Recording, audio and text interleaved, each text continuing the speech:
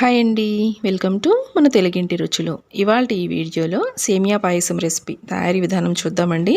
అందరూ చేసుకుంటూనే ఉంటారండి ఇంట్లో, కానీ చల్లారిన తర్వాత అది చిక్కపడుతూ ఉంటుంది కదా, గట్టిగా అయిపోతూ ఉంటుంది. అలా అవ్వకుండా ఉండాలంటే నేను చెప్పిన ఈ కొలతలతో ట్రై చేయండి.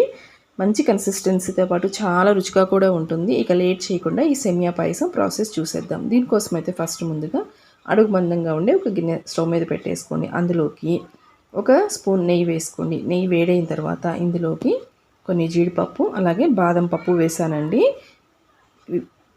ఈ డ్రై ఫ్రూట్స్ని అయితే మీకు నచ్చినవి అయితే వేసుకోండి.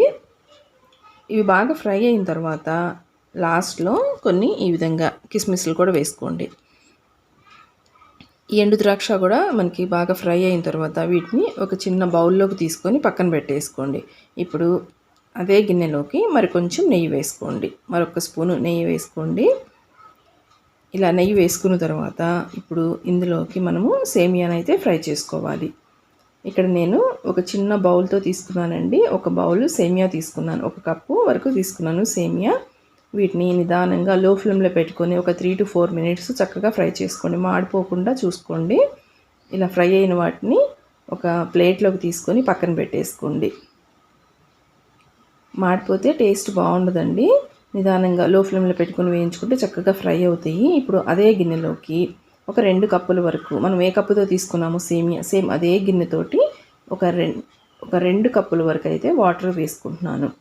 నెక్స్ట్ పాలు, మిగతా 3 కప్పులు అయితే పాలు వేసుకుంటున్నాను. మీకు నీళ్ళ ప్లేస్లో కంప్లీట్గా పాలైనా వాడుకోవచ్చు. పాలైతే కొంచెం చిక్కటి పాలు తీసుకోండి. క్రీమ్ మిల్క్ ఉంటాయి కదా, అవైతే మనకి పాయసం టేస్ట్ అనేది చాలా బాగుంటుంది. బాగా ఈ పాలు నీళ్ళని బాగా కాగనివ్వాలండి, బాగా తెరలాలి. ఇలాగ పొంగు వచ్చిన వెంటనే కాకుండా ఒక 2-3 నిమిషాల పాటు బాగా ఈ పాలని కాగనివ్వండి. కొంచెం మనకి ఈ క్వాంటిటీ కూడా లైట్గా తగ్గుతుందండి. ఒక 3-4 మినిట్స్ అలాగ బాయిల్ అయితే, అలాగ బాయిల్ అయిన తర్వాత ఇప్పుడు ఇందులోకి మనం ముందుగానే ఫ్రై చేసుకున్నాం కదా, ఈ సేమియా మొత్తాన్ని కూడా వేసుకోండి. ఇలా సేమియా మొత్తాన్ని కూడా వేసుకొని మీడియం ఫ్లేమ్లో ఈ సేమియా కంప్లీట్గా ఉడికించుకోవాలి. ఇలా మధ్య మధ్యలో కలుపుకుంటూ ఉండాలండి, లేదు అంటే మనకి అడుగంటుతుంది. సో మధ్య మధ్యలో గరిటెతోటి కలుపుకుంటూ ఈ సేమియాని చక్కగా ఉడికించుకోండి. కంప్లీట్గా మరీ సాఫ్ట్గా ఉడికించుకోవద్దండి. మనకి సేమియా ఉడికితే ఈ విధంగా పైకి వచ్చేస్తాయండి. ఇక్కడ చూస్తున్నారు కదా, లైట్గా పైకి వచ్చేసినాయి. ఇప్పుడు ఒకసారి మీరు చెక్ చేసుకోండి. ఇలా పట్టుకుంటే కొంచెం మనకి లైట్గా సాఫ్ట్గా ఉంటే సరిపోతుంది. ఇలా సేమియా ఉడికిన తర్వాత మాత్రమే ఇందులోకి మనము షుగర్ని వేసుకోవాలి. ముందే షుగర్ వేసుకుంటే సేమియా ఉడకదు. సో సేమియా మనకి 90% ఉడికిన తర్వాత ఇలాగా మీరు ఏ కప్పుతో తీసుకున్నారో సేమియా సేమ్ అదే కప్పుతో 1 కప్పు వరకు అయితే పంచదార వేసుకోండి, కరెక్ట్గా సరిపోతుందండి.